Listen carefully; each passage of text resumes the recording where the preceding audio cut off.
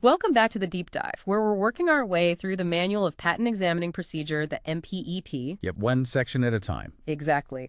This series is all about breaking down the USPTO's guidance into understandable pieces. Today, we are in Chapter 700, Examination of Applications. And our focus. MPP Section 719. That's right, file wrapper. This section really gets to the core of how an application actually, exists within the patent office. It really does. The file wrapper is basically the official electronic biography of a patent application. Everything that happens from filing onwards gets logged there. And it's crucial to understand, it's not just like a digital folder. It is the authoritative legal record. Absolutely. Every letter, every examiner action, every search strategy, it's all supposed to be in there, documented. So for this deep dive, our goal is pretty clear. Let's unpack what MPP Section 719 actually says about putting this record together, managing it, what the rules are, because understanding this is, well, it's foundational. Couldn't agree more. So where does Section 719 start? It starts right at the beginning, defining what actually belongs in that electronic image file wrapper. Okay. And the basic idea? The core principle is pretty straightforward. If a paper isn't meant to be a permanent part of the official record, it shouldn't be entered. Simple as that, ideally. Ideally, right. But what happens if something gets in that shouldn't be there? Like, say, by accident? Okay, that's where the idea of expungement comes up. But the MPP makes it clear this is for, limited situations. Like what sort of situations? Think about documents someone submitted completely by mistake. Or maybe something containing proprietary info that isn't really needed for the examination. Gotcha. And there's a specific rule for that? Yeah, the source material points us to 37 CFR 1.59. That's the regulation governing expungement. And is it easy to get something expunged under that rule? Doesn't sound like it. The main conditions seem to be that the documents haven't already been made public, and crucially, that they're truly immaterial to deciding patentability. So it really reinforces that the file wrapper is intended to be a permanent, unchanging record. Exactly. And that idea of permanence, it gets hammered home in the very next section, MPEP Section 719.01. Right. This one says that once something is entered into the image file wrapper, it's generally staying there. Yeah, getting something withdrawn requires authority from the very top, the director of the USPTO. Wow. So, high bar. Very high. The MPTP gives this practical example. An applicant accidentally sends in the wrong documents. Hi. Even in that clear-cut mistake scenario, getting those papers removed or expunged still involves specific conditions and usually means filing a formal petition. So you definitely can't just call up your examiner and say, oops, please delete that last filing. Yeah. No, that's generally not an option. And here's another interesting detail. Yeah. If you, the applicant, didn't keep your own copy of those papers you accidentally filed, Oh, boy. the USPTO might give you copies, but you'll probably have to pay for them. Man, that really drives home how official and kind of final that record is treated. It does. And, this whole idea of permanence and specific handling shows up elsewhere, too. Our sources mention, for instance, that if unauthorized papers get into a supplemental examination file by accident, they will be expunged. That's from MPP 2800. Okay, so there are procedures. Right. And who handles the petition to expunge depends on the situation. The Central Reexamination Unit deals with reexams and supplemental exams. For Hague applications, it's the Director of International Patent Legal Administration. So different parts of the office manage record integrity depending on the context. Makes sense. Okay, shifting gears a bit from accidental filings, let's look at MPP Section 719.02. This deals with something seemingly simpler, inventor residence information. Right, the inventor's home address. But there's a nuance here, isn't there? There is. The MPP clarifies that the residence field is separate from the inventor's mailing address. Okay, different data points. And the office's default practice is not to change that residence information just because, say, a later filed oath or declaration lists a new address.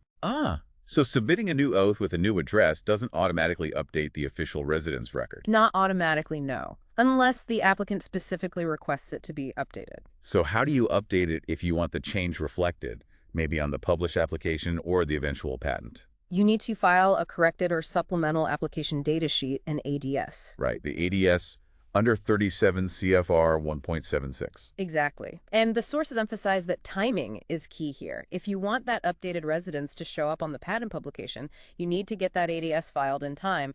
Just mentioning it elsewhere usually won't cut it. Good to know. Mm. Okay, what about the next couple of sections, 719.03 and point zero 0.04?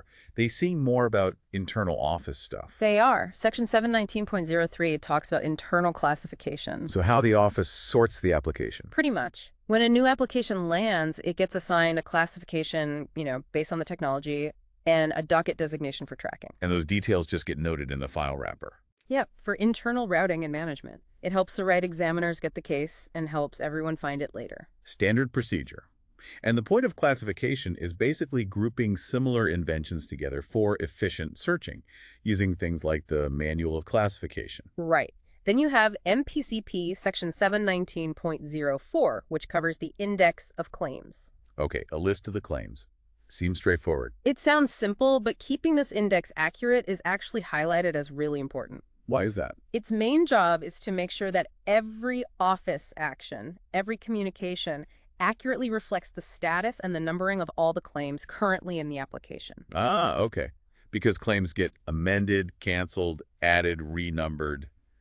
It can get confusing. Exactly. This index acts as the official scorecard, tracking which claims are pending, which are original, which are allowed, and their current numbers. It has to be kept up to date consistently. That raises a really practical point. Without that consistent index of claims, how would anyone, the applicant or the examiner, be totally sure they're even discussing the same version of a claim? It seems like it would be incredibly easy to get confused.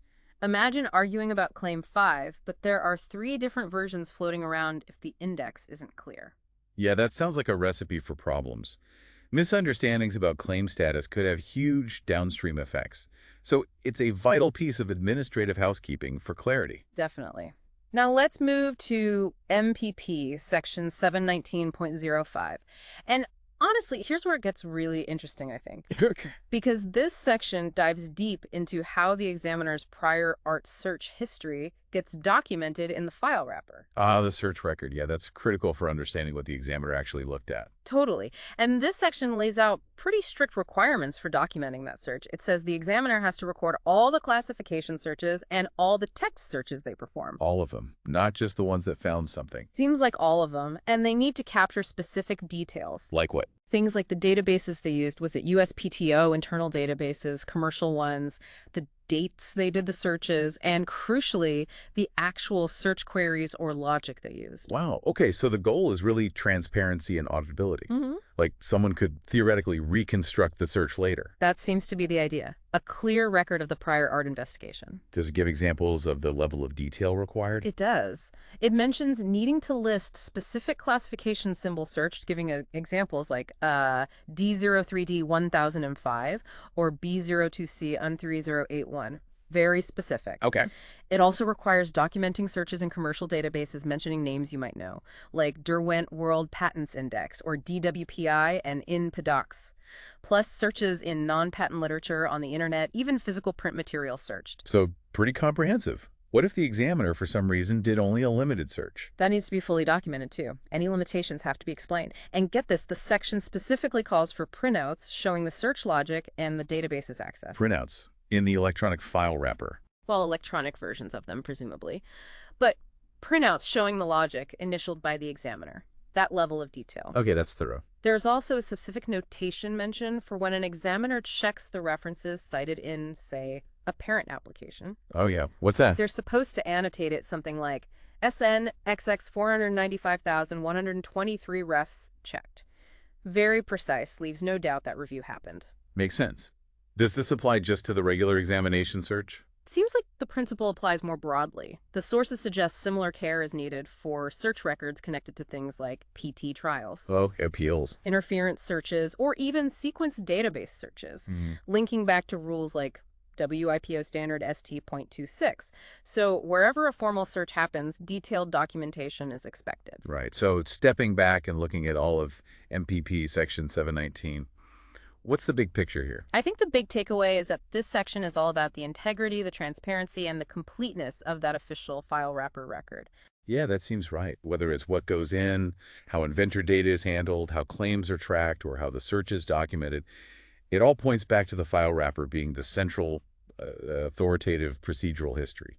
It's not just storage, it's the procedural backbone of the application's life at the USPTO. Absolutely. And for you, listening to this, understanding these nuts and bolts, how permanent the record is, what has to be documented, the detail needed for search records, that's really key insight. It helps you understand the context of office actions, maybe anticipate examiner reasoning, and just generally navigate the whole process more effectively.